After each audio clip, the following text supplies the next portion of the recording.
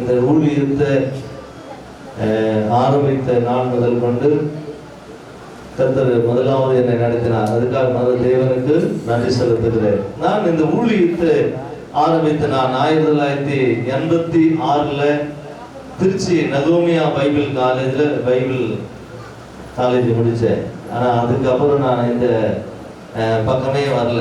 நான் சிஎஸ்ஐ பாரம்பரியத்தை சேர்ந்தவன். என்னுடைய குடும்பத்தில் பெந்தகோஸ் அனுபவம் கிடையாது, யாருமே இன்னமும் கிடையாது, அவங்க யாரும் ஏற்றுக்கிறதில்லை.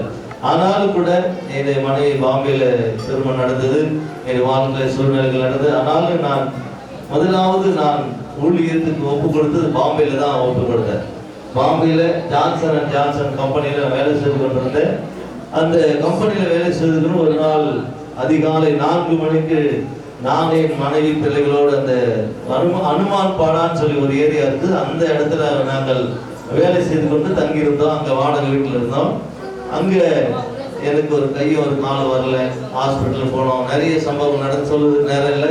ஆனாலும் அந்த இடத்துல தான் ஹாஸ்பிட்டலில் தான் முழுமையாக ஆண்டுக்காக ஒப்பு கொடுத்தேன். அது டாக்டர்லாம் சொல்லிட்டாங்க, இவர் எங்கள் ஒய்ஃபை கூப்பிட்டு சொல்கிறாங்க, இவர் நடிக்கிறாரு, இவருக்கு எந்த டெஸ்ட் எல்லாமே நார்மலாக இருக்குது, எதுவுமே சரி, எல்லாமே மாத்திரைலாம் அங்கே மருந்து எல்லாம் சாப்பிட்டாச்சு, எதுலையுமே சுகமாகலைன்னு சொன்னால் அப்போ அவர் நடிக்கிறாரு அப்படின்னு சொல்லிட்டாங்க. ஆனாலும் கர்த்தர் அழைத்த தேவன் பாம்பேல கொண்டு போய் என்னை திருப்பி கொண்டு வந்தார்.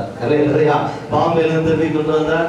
இந்த இடத்துக்கு வருவதற்கு இந்த இடத்துக்கு மாத்திரம் சென்னைக்கு வருவதற்கு நாங்கள் இந்த விழுப்புரம் மாவட்டத்தில் ஒரு கிராமத்தில் பிறந்தேன், கிராமத்தில் வளர்ந்தேன், கிராமத்தில் பெற்றோர்கள் இருக்கிறார்கள். ஆனாலும் கூட நான் இங்கே சென்னைக்கு வருவதற்காக சென்னைக்கு வர வேண்டும் விரும்பவும் இல்லை, அதுக்கு நான் ஆயத்தமாகவும் இல்லை.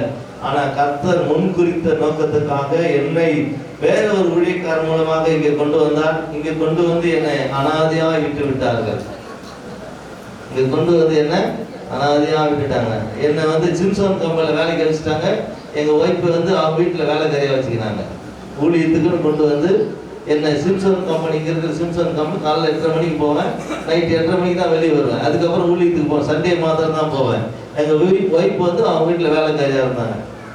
ஆனாலும் கூட நான் ஆண்டவர்கிட்ட சொன்ன, ஆண்டவரே, நான் சிம்சன் கம்பெனியில் பாம்பேல வேலை செய்தேன். இவங்க நல்ல பாம்பேல நல்ல ஜான்சன் கம்பெனியில் வேலை செய்தேன். ஆனால் அந்த வேலையை விட இது ஒரு பெரிய வேலை கிடையாது. ஆனால் ஜான்சன் கம்பெனியோட பெரிய வேலை கிடையாது, அது வேலை செய்திருப்பேன். அவங்க ஒய்ஃபு நல்லா அங்கே பாம்பேயில் வேலை செய்யுது. ஆனால் இப்படிப்பட்ட சூழ்நிலை இருந்தது. ஆனாலும் கூட அதை எல்லாவற்றையும் விட்டு ஊழியத்துக்கு வந்திருக்கிறோம் சொன்னால், நீ அழைத்தீர் என்று சொல்லி ஆண்டு சொல்லும் போது ஆண்டு சொன்னார், இந்த வேலையை மாற்றவேன்னு சொல்லி அந்த கான்ட்ராக்ட் கேன்சல் ஆயிடுச்சு. உடனே எங்களை கூப்பிட்டு சொன்னாங்க, இதுக்கு தான் உங்களை வர சொன்னேன், ஆனால் அந்த வேலை இல்லை அப்படின்னு சொல்லும்போது அப்போ ஆண்டு சொன்னேன், ஆண்டவரே இந்த ஊழியம் செய்வதற்கு எங்களுக்கு வழி தருங்கன்னு சொல்லும்போது ஏசாயா 60:17-21 வாக்குத்தத்தம் கொடுத்தார். நானே உனக்கு நித்திய வெளிச்சமா இருக்கிறது சொன்னார். அல்லேலூயா. அப்படியே நாங்கள் அந்த வார்த்தை பிடித்து இந்த ஊழியத்தை ஆரம்பித்த நிறைய காரியம், நிறைய சம்பவங்கள் நடந்தது. ஆனாலும் கர்த்தர் எல்லாவற்றிலும் எங்களை தப்புவித்தார், பாதுகாத்தார், கொண்டு வந்தார். இங்க ஒரு நல்ல இடத்தை கர்த்தர் தந்தார். அதற்காக நான் தேவனுக்கு நிறைய சாட்சிகளுக்கு சொல்வதற்கு நேரம் இல்லை, அதனால சுருக்கமாய் சொல்ல முடிக்கிறேன். இதுல எங்களுடைய இந்த எல்லாவற்றையும் தெரிந்தவர்கள் இங்க இருக்கிறாங்க. சகோதரி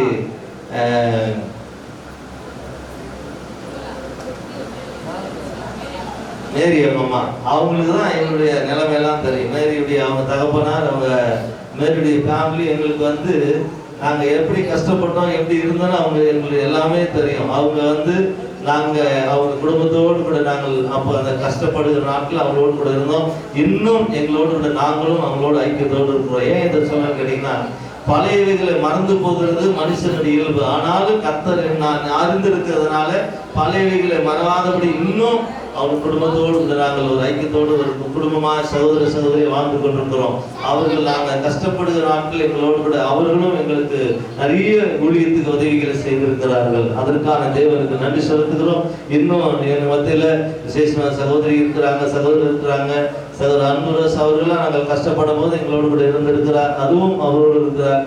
கல்யாண சிஸ்டர் வந்ததுக்கு அப்புறம் எங்களை எவ்வளவு பார்த்துருக்குறாங்க, எவ்வளவு அனுபவங்கள். ஆனாலும் கூட சோர்ந்து போகாமல் இந்த ஊழியத்தை செய்யறோம். அவங்க கூட சொல்லுவாங்க, பாஸ்டர் எப்படி பாஸ்டர் செய்யறீங்க, இதை செய்வதற்கு முடியல. ஆனாலும் கூட நாங்கள் இந்த கஷ்டத்தின் மத்தியில கர்த்தருடைய கிருபையினால் ஊழியம் செய்கிறோம். இது எல்லாவற்றுக்கும் காரணம் என்னுடைய 2 தங்கச்சி தம்பிங்க அவங்க ஃபேமிலி தான் எங்களை ஆரம்ப காலத்தில் எங்களோடு கூட இருந்து எல்லாவற்றையும் கஷ்ட நஷ்டங்கள் பிரச்சனைகள் எல்லாவற்றையும் அனுபவித்து நாங்கள் அவங்களோடு கூட வந்து கொண்டிருந்தோம். கர்த்தர்கள் நடத்தி கொண்டிருக்கிறார். அதற்காக நான் தேவனுக்கு நன்றி செலுத்துகிறேன். இந்த 29 ஆண்டுகளிலே கர்த்தர் இந்த நாளில நாங்கள் தீர்மானம் பண்ணியிருக்கிறோம். எப்படியாவது இந்த வருஷத்துல 10 கிளை சபைகள் ஸ்தாபிக்க வேண்டும் என்று சொல்லி நாங்கள் ஜெபித்து கொண்டிருந்தோம். விழுப்புரம் மாவட்டத்தில் 3-4 இடத்துல நாங்கள் கிளை சபைகள் நடத்தி கொண்டு வருகிறோம். அந்த இடத்துல சபைகள் கட்டணும். அந்த இடத்துல சபைகள் கட்டுவதற்குரிய காரியத்தை வாக்கியம் பண்ணணும். பொன்னேரியில் ஒரு சபை கட்ட வேண்டும். அதற்காக நாங்கள் பிரயாசப்பட்டு கொண்டிருக்கிறோம். அது மாத்திரமல்ல, இந்த வருஷத்துல 500 ஆத்துமாக்கள் தேவை. எங்களுடைய திருச்சபைக்கு ஒரு நல்ல வேன் வேணும்னு ஜெபிச்சு கொண்டிருக்கிறோம். எப்படியாவது இன்னும் அநேக ஜனங்கள் கிராமங்களில் ஊழியத்துக்கு போகிறோம். அந்த ஊழியத்துக்குரிய அந்த வேனுகளுக்காக ஜெபித்துக்கணும். நீங்கள் இதை ஏன் இதை சொல்லணும்னு கேட்டீங்கன்னா, நீங்க ஜெபிப்பதற்காக இதை நான் சொல்லுகிறேன். அல்லேலூயா. இந்த என்னுடைய தேவைகள் என்னுடைய எல்லா காரியங்களையும் கர்த்தர் நடத்தினார். இன்னும் அதே விதமாக நடத்தி அதுக்காக நான் தேவனுக்கு நன்றி சொல்கிறேன்.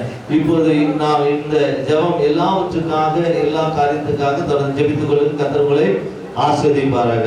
அல்லேலூயா, அல்லேலூயா, அல்லேலூயா. இந்த நாளில் விசேஷமாக ஒரு சிறிய ஜெபத்தை எங்களுக்காக வந்திருக்கிற ஊழியக்காரர்கள் எல்லாரும் ஜெபிக்க வேண்டும் சொல்லி கேட்டுக்கொண்டிருக்கிறோம். அதுக்கு முன்பதாக நாம் எல்லாரும் கனப்படுத்திட்டு அதன் பிறகு நீங்க எல்லாரும் சேர்ந்து எங்கள் ஊழியத்துக்காக எங்களுக்காக குடும்பத்துக்காக ஜெபிக்க முடியாது உங்களை அன்பாக கேட்டுக்கொள்கிறேன்.